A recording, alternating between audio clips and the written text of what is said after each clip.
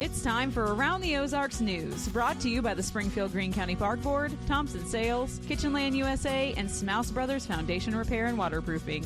Here are your hosts, Ethan and Sarah Foreheads. Hi there. Good morning to you on Wednesday. We're going to tell you about some news around the Ozarks today. So let's do it. All right. Springfield City Utilities is raising rates. The electric rate will increase 2 years in a row beginning in 2027. The average increase for customers in 27 will be 3%. That'll be followed by an increase of 3.6% in 2028. Those increases are meant to pay for power supply construction that is happening right now. And don't think that you don't get an increase this year, too. There's one coming up in 26 as well. That one is 3.9%. It'll start in April of next year. This is all from a series of increases that were approved back in 2023. Yeah, that's a series of increases. Yes, sir. A Springfield woman is in trouble for embezzlement from her former employer, Old Missouri Bank. Shanda Trautman, I suppose, Trautman. Trautman faces 8 counts of misapplication of funds of a financial institution. Authorities say she had a bank-issued credit card that she abused for her own personal expenses, totaling about $13,000. Okay. Missouri State University students can now use a new app to call campus dispatch or even hit the panic button. This is a great new tool when it comes to safety on campus. It's called the Bear Shield. It allows them to make a voice or video call if they're in trouble and can pinpoint the caller's location so police can get to them quickly. It is a free app for the students. University's footing the bill for this. Students, even employees on campus, can also request a security escort while they're walking to and from vehicles or across campus late at night. So, there's an app for everything these days. That seems like a really smart one for students to have on Missouri State's campus. Very cool.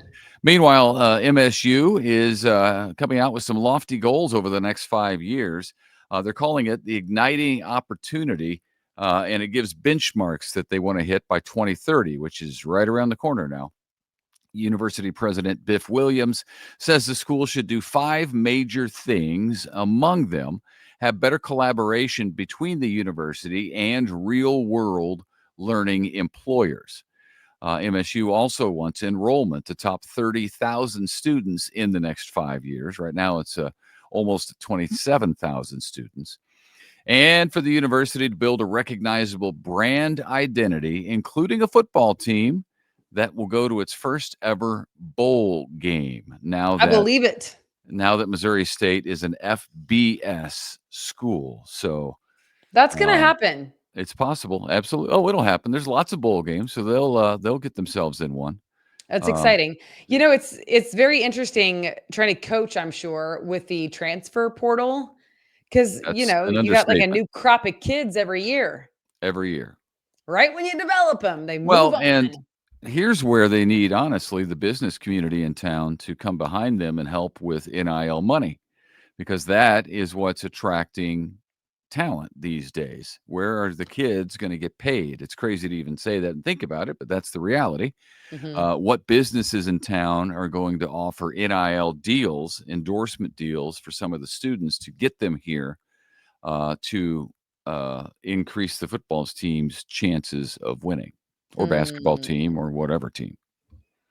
And the business says, what's in it for me? It all comes down to money. Yeah, it'll be interesting to see. A long game to probably see the return on investment. Well, or you need somebody who's an alum who wants to see loves the team, university. Has some money that their business is doing well, and they want to make the school better athletically. Not Lauren Cook and Company. He's already my alma mater. Oklahoma State. Yeah. Okay. So, I don't know where the O'Reillys went to college. Do you? Well, they've got their name on some stuff at Drury, so I don't know. Perhaps. But anyway, there's lots of people in town who would be able to do that. The question is, will any of them? And we'll see. Meanwhile, we know a little bit more about why the Price Cutter Charity Championship will not be played next year in Springfield. That was big news yesterday, and kind of tough to hear, to be honest with you. It's been I know. such a I'm sad tradition about it. in It's like town the end of an era. for so long. It's definitely the end of an era, but another era may be coming. Let me tell you about it. Well, the reason why it's not there, turns out the PGA wanted the tournament to move to June instead of July. That is a big deal because Highland Springs is the home course of that tournament and already had stuff going on, couldn't accommodate the dates. It's a lot to ask of a golf course to shut down for at least a week, let the grass grow super high, and there's just a lot that goes into it for the golf course and the people who run it.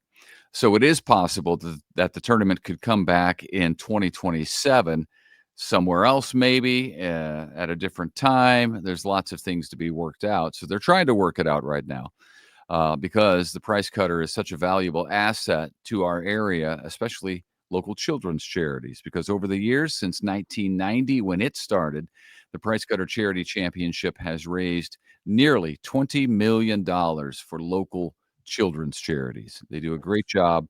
So it'll be tough to see them not there next year. But I know the Hall of Fame, which runs the tournament, is just trying to figure out something to do in lieu of this to raise money for charities. It would be cool if they could do one last hurrah. Because Well, to again, not get to say goodbye, like, so maybe they sit it out for 26, they come back in 27, and then if it's not feasible to continue it in 2028 and beyond, then you say this is the last. Because they've been doing it since 1990. You can't just like bow out without a goodbye party. well, that's not what anybody wanted, but that's the reality of what the PGA wants to do with the schedule. So Right. I think they'll come up with something. I think there'll be an answer to it. It may not be well, the Price Cutter Charity Championship as we know it, maybe another tournament. Anyway, I think they'll figure something out. I have faith in, Rob Marsh has done a great job. He took over the executive director there. I think that's the title of the Hall of Fame. Really worked to get the Price Cutter Charity Championship out of a big red hole of debt. Paid the charities, so he's done a good job, and he's a frugal guy. I went over there and met with him, and all the lights were off in the building. So he's a frugal guy trying to I save like it. money, and Yeah. he has a big heart to help charities as well. So he's going to fix it, I think. All right. Two deputies from Greene County were among 36 men and women who got big honors from the governor of Missouri, Sergeant Ben Grote and investigator Jason Miller. Congratulations to both of them. They were both honored for their efforts to shield bystanders from bullets. The act of heroism was last June. A man started shooting at the deputies as they were serving a felony warrant in Springfield. Mr. Miller got hit, but his vest kept him from the bullet from penetrating. Both of those deputies received the state's Medal of Valor Award. Yeah, good for them. God bless them. Meanwhile, a Greene County judge just received the Judicial Excellence Award for circuit judges. Jerry Harmison was honored as part of the Judicial Conference of Missouri. Judge Harmison is the presiding judge of the 31st Judicial Circuit. He's recognized as a leader in the Springfield community, as well as treating everyone in the system with fairness and respect. Okay, good for him. That's the job of a judge. He's doing a nice job. I do love a Uh, good judge. I consider them right. You would be a good judge right here. Just right here. Even keel. Not too excited, not too down, just right here. You win the lottery? Great. Your dog died? Right here. Not showing off, not falling behind. That's it. Right in the meaty part of the curve. That's a good judge in my book. All right. Hey, we told you that Springfield is making some progress in clearing all the tree debris from storms that blew through in April and in May. A couple of big ones happened. Now, St. Louis is getting more federal money to help get rid of storm debris up there on private property. They had a powerful EF3 tornado that hit the center of the city back in May, which is crazy. It destroyed buildings, ripped off roofs, knocked down trees and power lines, and and took the lives of 5 people up in St. Louis. Damage estimated to be $1.5 billion. So the St. Louis government has already been granted nearly $300 million for cleanup. The federal government has been helping there with the money. And then closer to our neck of the woods, a popular park in Republic is getting a facelift. Construction starts today at the Loop at J.R. Martin Park. Crews are building a large open-air pavilion for farmers markets and other events like that, plus a plaza space with seating, areas for food trucks, trail connections as well. Some of the tennis and pickleball courts will be closed while crews are doing the work. You can use the courts at Miller Park instead if that's what you're after. That is what they are after. Pickleball. Pickleball, yeah. Mm-hmm. Echelon Coffee has now opened a second location, this one in Republic, not too far from Convoy of Hope. It's in what's called the Iron Grain District, which is just south of James River Freeway, so on the other side of the road from Convoy and across from Amazon. Right, across the street from Amazon, yeah. Yes. The owners, Joe and Megan West, who, by the way, are my friends. I'm excited for them. They've had one location on the north side of town since 2021, and this will be their second one, opening in Republic. They are technically open right now, but they're having a grand opening where the whole community is invited to come out with the Republic Chamber of Commerce. That is on Friday, October 10th.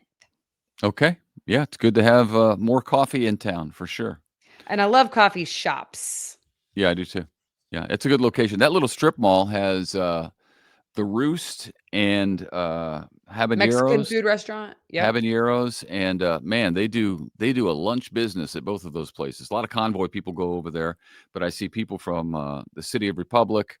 They're doing well over there. They're in a good location as people. I think they're on to something because it's gonna eventually like explode down there, isn't it?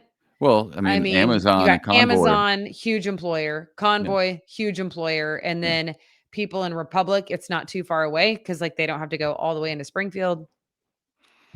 Well, they've already put up several apartments. They're not quite open yet, I don't think, in that Iron Grain district, but more, I believe, are on the way. There's a Walmart, big pharmaceutical warehouse that's going to be there as well. So yeah, it's a growing area for sure. Yeah. The two-headed snake. Have you ever seen such a thing? Well, get ready because there it is. If you're watching around the Ozarks news right now, you can see the two-headed snake. They are called Tiger and Lily. They're having a birthday party next week. If you'd like to be part of that. This is actually real. This is not AI generated. No, the picture is absolutely real. Yeah, that's why they're having a birthday party, and the Department of Conservation is sending out invites. They're going to host from 10 to noon at the Shepherd of the Hills Conservation Education Center. It's right below Table Rock Dam at the Hatchery Road in Branson. They're going to have photo ops. Kids can have activities, and you'll learn about snakes. This two-headed snake that you're seeing here was found by a family in Stone County in 2017. And then it was donated to the Shepherd of the Hills Conservation Education Center, where the party is going to be held. I don't know what birthday it is. Do you? I don't know exactly. Well, I guess they don't either. They found it as an adult. So anyway, happy birthday. Disturbing. How'd you like to get bitten by that? 2 bites. You know, it's interesting because I feel like it might be harder, like, to get bitten by it. Like, is one of them going to be pulling against the other? No, it'd have to go. Here we go. Bite. I'm sorry. Oh, you can't even see me. I'm going to need to show you one more time. Bite. They have to turn their head real fast. They probably work it out between the two of them. Yeah. That's weird. Worst case scenario, if we have to bite somebody, this is how we do it. Yeah. It's a little strange for me when things happen in nature that are like, what? You know? Abnormal? Yeah. Well, it happens. I know. So stuff slips by somehow. I feel like I don't know what to do with it. So I just move on. That's what I do. That's a good idea, actually. All right. The mayors of Nixa and Ozark, a little crosstown rivalry happening. at the Community Blood Center of the Ozarks. They are trying to figure out which city can give more blood. So if you want to be a blood donor and, sign up as Ozark or Nixa, whoever you support, you could do that. You can go right now to the Community Blood Center, the Ozarks website, and you can either schedule an appointment online or you can just walk in. But if you donate, you will get a voucher for 2 free tickets to the Dickerson Park Zoo, a t-shirt, and you'll be entered into a drawing for $100 to the Signal gas station. Yes, please, on that. Yeah, So, there you go. it's a good contest, good prizes, and you're doing something for a good cause. And maybe you can get bragging rights for your town, right? Yeah, I kind of like the Ozark Nixa rivalry. It's just fun. Also, don't forget that aroundtheozarks.com is your home for all things events.